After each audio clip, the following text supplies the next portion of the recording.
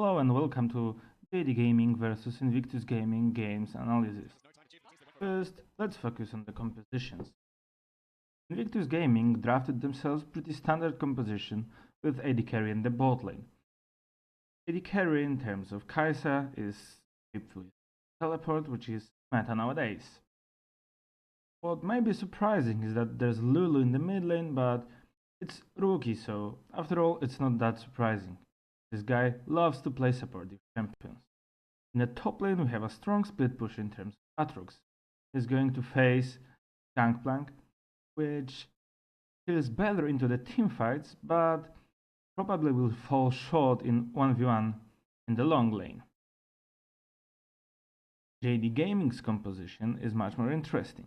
It's not standard at all. In the bot lane we don't have a ranged attack damage carry, we have Vladimir.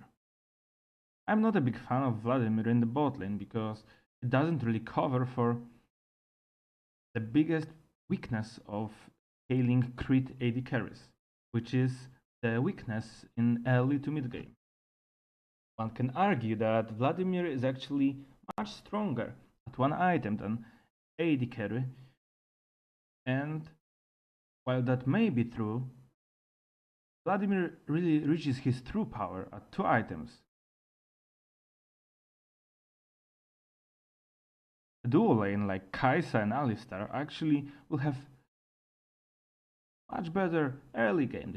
They'll have a push power, they'll have lane control, because early levels Vladimir is not really a force to reckon.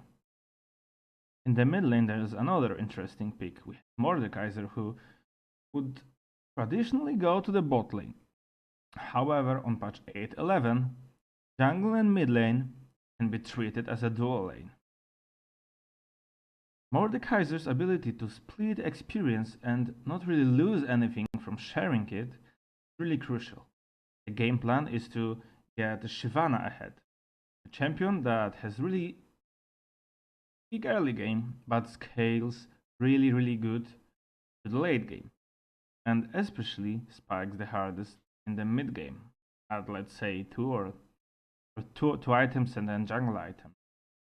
So the game plan for JD Gaming is somehow survive side lanes, control mid lane with reoccurring jungler coming to mid lane to collect experience. Shyvana and Mordekaiser will probably try to catch as many jungle camps as possible and contest every scuttler. And that way, JD Gaming, if everything goes according to plan, enters mid game with mid laner who is maybe starved in farm because everything will be taken by Shyvana, but he actually shouldn't be falling behind in experience that much thanks to his passive on his W. Strong Shyvana and great scaling for late game with tons of damage on their team is the plan for JD Gaming. So what's the response from Invictus Gaming? Well, actually, they just have to counter this strategy. They have to invade their jungle. Then they have really strong early game jungler in terms of what shall we call her? Camille. Camille can easily duel Shyvana at early levels, and Lulu base damages with her passive are high as well. So Invictus Gaming wants to not really contest mid-wave because I think that would require to fight it 2v2, and that's basically losing experience for free for Invictus Gaming, but I'm pretty sure they will contest jungle camps in red side jungle. They have pushing bot lane, and I think Aatrox will have push power in the top lane versus Gangplank. So the whole burden of winning the game lays on JD Gaming's side. They have nice composition, they have some synergies, like getting dragons will be so important for this team because not only Shyvana benefits from getting drakes, but obviously Mordekaiser can summon the Ghost of Dragon and take towers early. So JD Gaming's first real fight when they commit should be around the time when either them or Invictus Gaming tries to take first dragon. If they win this fight, and if they're not too far behind, at this point they may snowball the game and finish it in 5 to 8 minutes. If they fail to achieve this plan, well, I think Invictus Gaming's composition has much better scaling and is much more flexible in terms of what they can do on the map. So let's see how it pans out.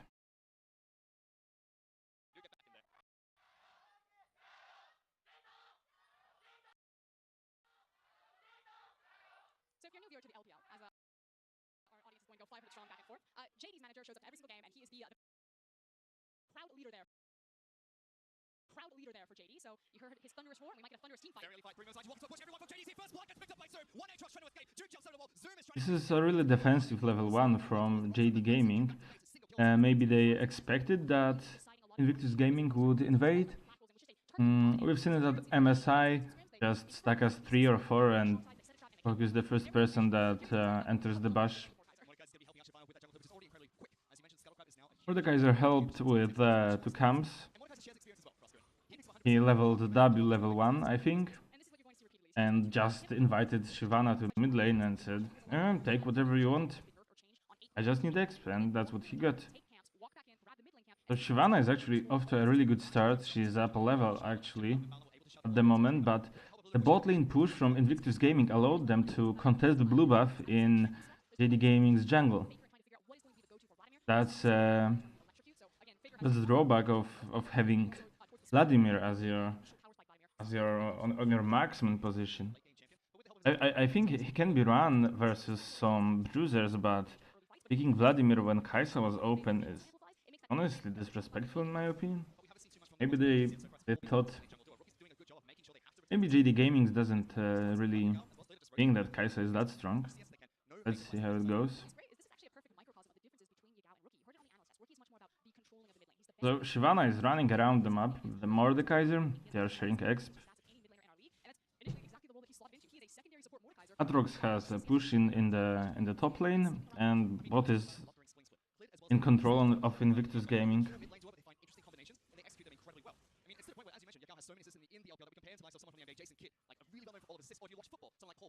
Both trades are really going in favor of Invictus Gaming.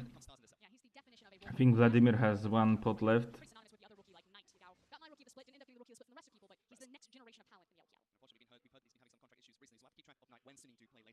Yeah, so Shyvana just came mid. She has no interest in attacking Lulu in the mid lane. All she wants is to push the wave, and she's like, see you later guys, let's check out my jungle camps. But Invictus Gaming, after their collapse on the blue buff, they left some words behind them. Actually, this one is pretty fresh, so Ning probably predicted that they will go to the wolves, place the ward, and Lulu has actually pretty good push in the mid, and Camilla is already here, and she has her red smite ready. She's ready to duel. There are not that many fight stats, battle stats on Mordekaiser. He's not behind in level. Actually, he is a little behind in level. So let's see how this fight turns out. If you could shut down Yakal, normally that tears the synergy between Clit and Yakal apart, but they're roaming around together, going for a skirmish against Ning as well as Rookie, rotating nice and early. Clit's gonna have to flash over, but Ning jumps over, gets the low sweep. Yakal now 2-on-1, doesn't have the backup from the rest of the team to... Actually, a bit of miscommunication between Shyvana and Mordekaiser because they went 2 separate directions. Split, and Ning was really quick to collapse. I think it's also pretty interesting that Lulu, which maybe would be considered a user of teleport in the mid lane, is actually running Ignite, and it's because they really want to contest every camp, and they need early kill potential on enemy jungle mid duo. As we can see, Camille can now just enter JD Gaming's jungle and bully Shyvana out, and there's really not much JD Gaming can do about it. They really have to give up their camps.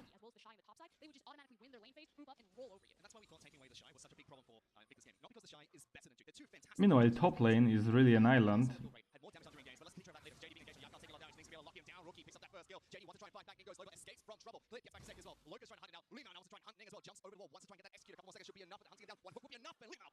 And Pike finally on the board right there. Of course, didn't pick up the kill with his ultimate, so there's no kill gold. If you haven't played Pike or experienced him yet, I know I said in the Champions Select he's kind of a win more style champion, and you can actually see that from his lane phase. Pike is not what I would call an enforcer. So you have someone like Alistar. Alistar's looking at his ADC, and he's the enforcer. He steps forward, he says, I'm going to make space, I'm going to create plays, and Kai'Sa, you just need to get on my back and you need to follow me. Pike can't really do that. He relies on his partner, if it's an ADC, if it's a Vladimir, to work in tandem with him, which means that Pike's lane phase really dependent on the matchup of if he's going to win it or I lose. guess we could say that Invictus Gaming's response to this weird strategy is basically picking mid jungle duo with kill potential on the other. They're not really concerned with picking up every single creep by Lulu. She's a fucking Lulu. She can fall a little behind and still be buffing Kai'Sa. And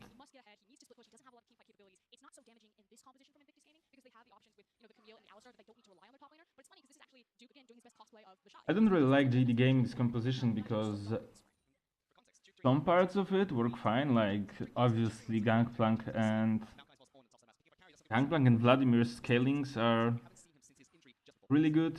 Shyvana and Morde synergy with Dragon and shared exp, yeah, good idea, but I think that both these units really need a breach, something to let them scale up through the mid and early game. And as I said earlier, JD Gaming would really love to contest first Dragon, but honestly they don't have firepower on the map.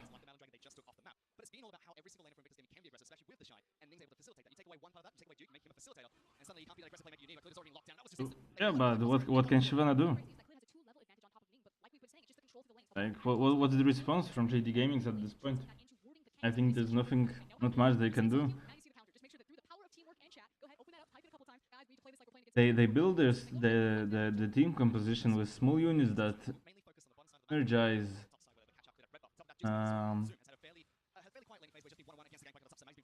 the scope of a unit, but really different units don't synergize with each other. If you have whole team that want to,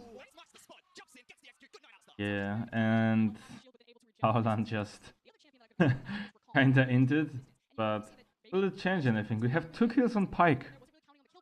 How good is this new support at carrying the games? I don't think he's really good, but maybe I'll be proven wrong.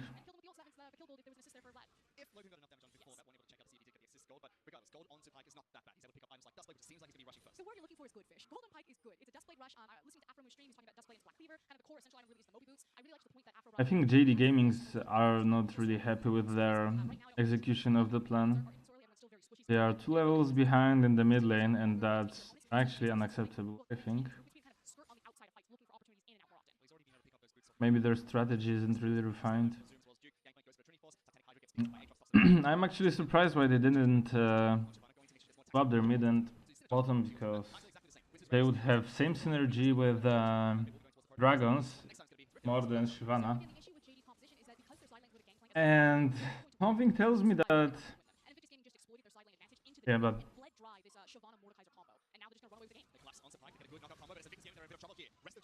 actually never mind. I think they build a composition around Shyvana and Mordekaiser, so what I should question is the rest of their lineup. Because they last picked Gangplank and they know that they won't have any pressure from Gangplank early because fucking Gangplank. So they shook hands on top lane being just farm lane. Aatrox has a push. Oh, sooner or later they will lose their top tower. Unless they can win bot lane and swap, but then they picked Vladimir in the bot lane. I think there's not really much of a coming back in this game at this point, because Invictus Gaming is just going to get stronger and stronger. They scale better in terms of map flexibility, and I think we have the final, the really crucial fight here. JD Gaming decided to finally contest Dragon. They get Dragon,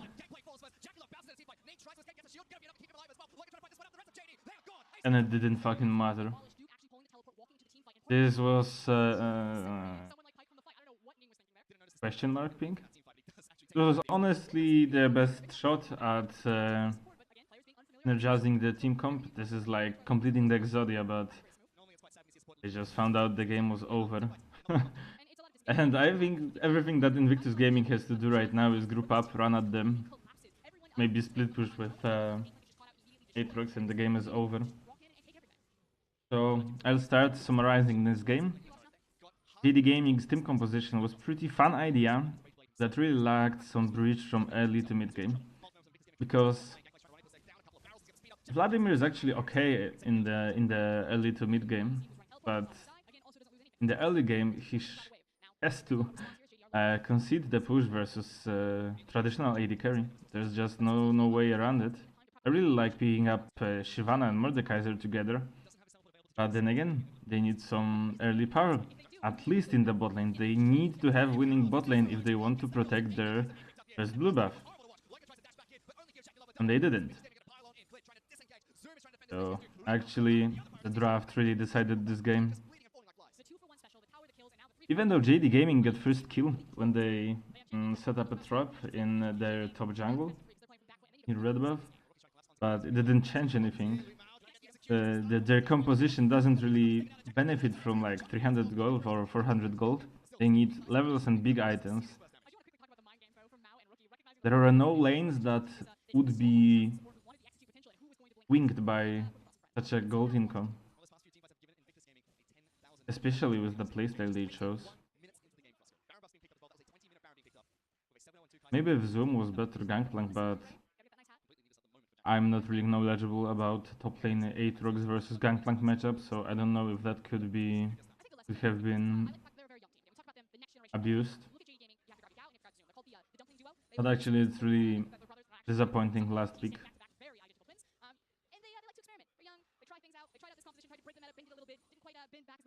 So Invictus Gaming, they're baroned up. They have huge gold lead. They're looking to finish this game, and I think there's no way JD Gaming can stop them. And